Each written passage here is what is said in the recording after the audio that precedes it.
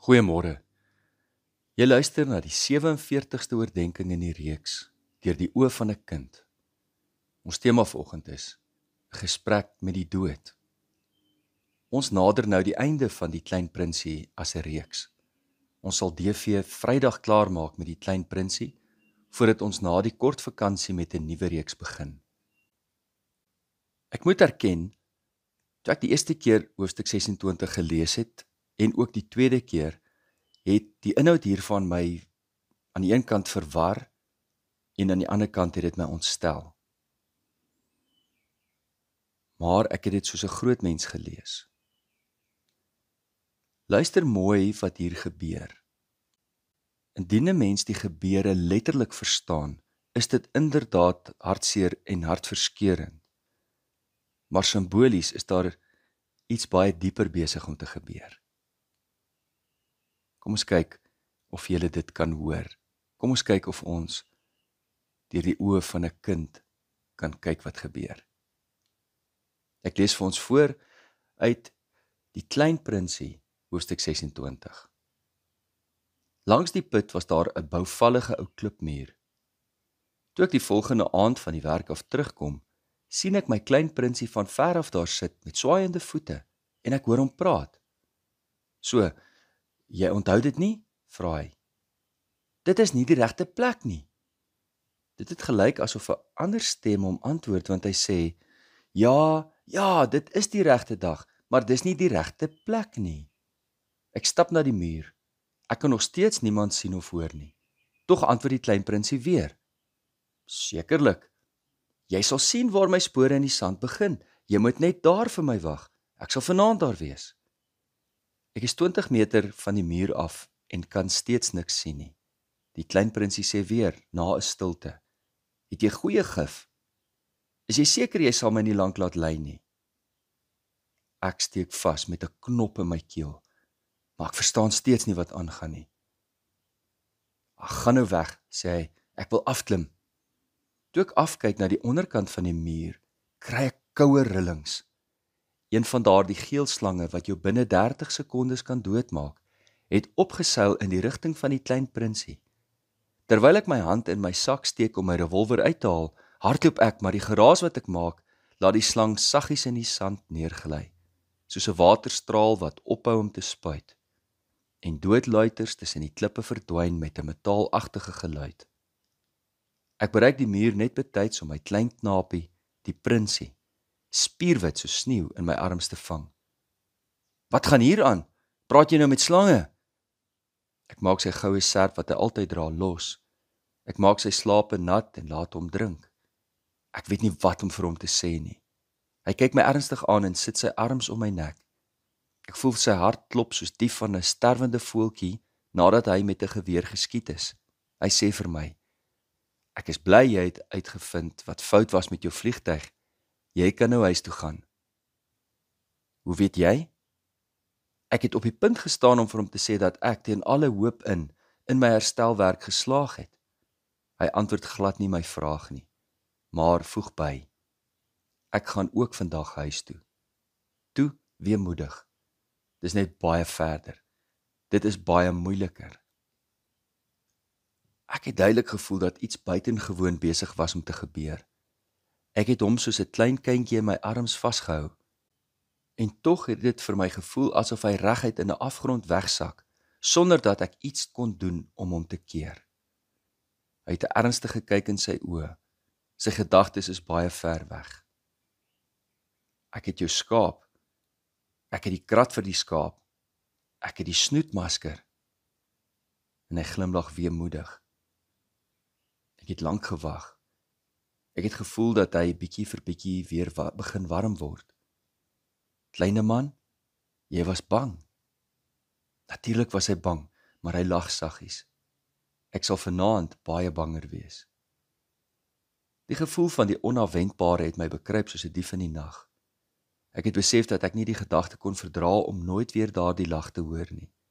Dit was vir my soos 'n fontein in die woestyn. Kleine man, ek wil jou nog hoor lag. Maar hy sê vir my, vanaand sal dit 'n jaar gelede wees. My ster sal reg bo die plek wees waar ek verlede jaar geval het. Kleine man, is dit nie net 'n nare droom nie? Hierdie storie van 'n slang en 'n afspraak en 'n ster, maar hy antwoord nie my vraag nie. Hy sê net vir my, wat belangrik is, dit kan mens nie sien nie. Verseker. Dit is soos met die blom. As jy lief is vir 'n blom wat in 'n ster bly, is dit wonderlik om snags na die hemelruim te kyk. Dan gloei al die sterre nesblomme. Verseker. Dit is soos met die water wat jy vir my gegee het om te drink, was soos musiek, as gevolg van die katrol en die tou. Onthou jy, dit was heerlik. Verseker. Jy sal snags na die sterre kyk. My plek is te klein om jou te wys waar my ster is. Dis beter so. My ster sal vir jou een van baie sterre wees. Daarom sal jy daarvan hou om na al die sterre te kyk. Hulle sal almal jou vriende wees. En dan gaan ek vir jou 'n geskenk gee. Hy lag weer. Ag, kleine man, ek is mal daaroor om daardie lag te hoor. Juis dit sal my geskenk wees. Dit sal wees soos met die water. Hoe bedoel jy?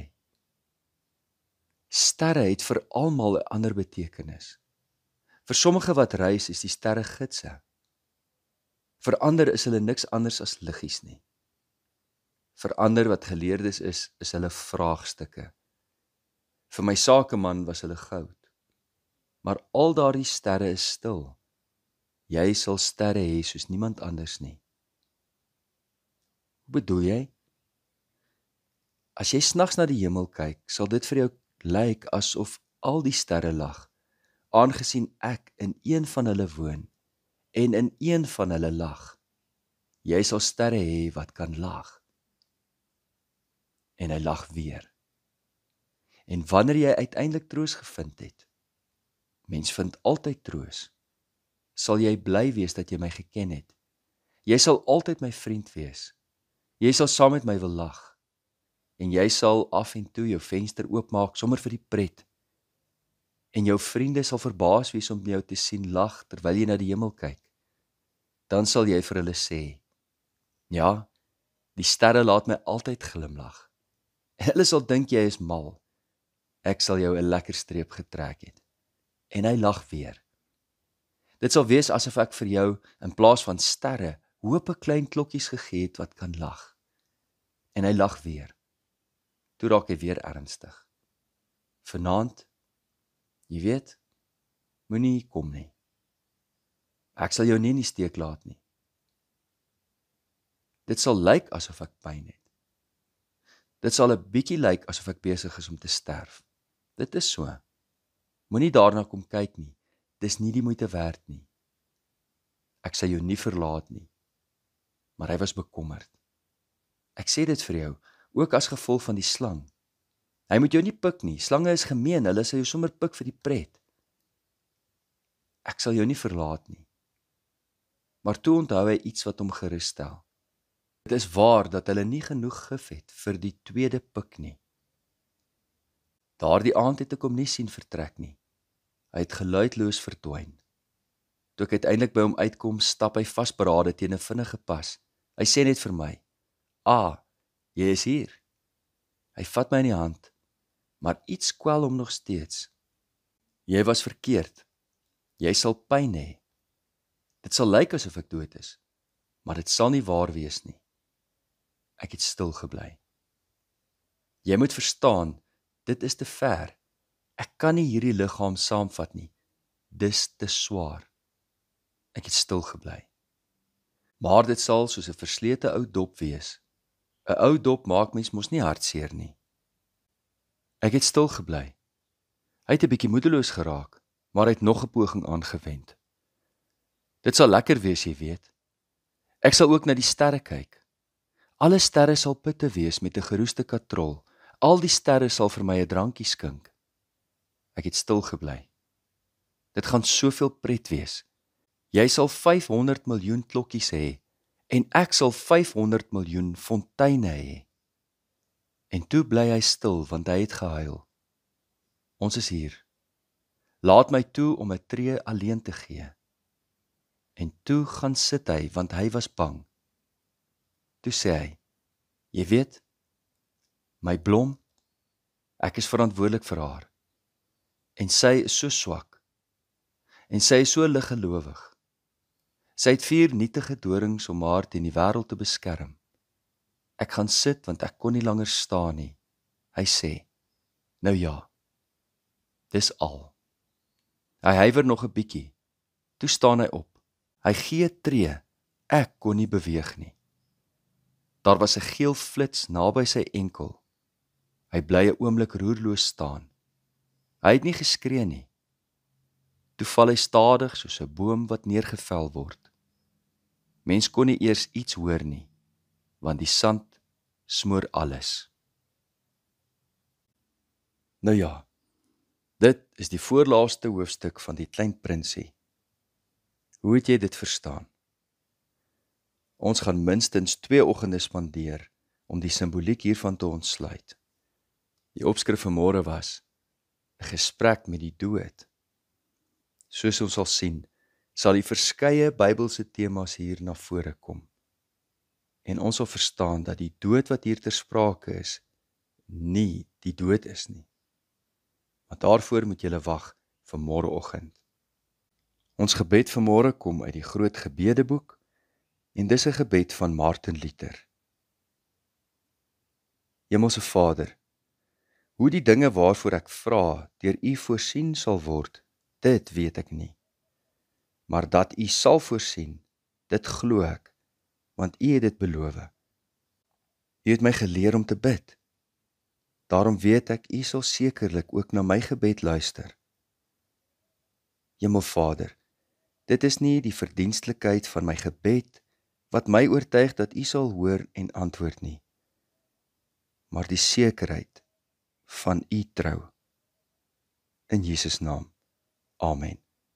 Liefde en 'n geseënde dag vir elkeen.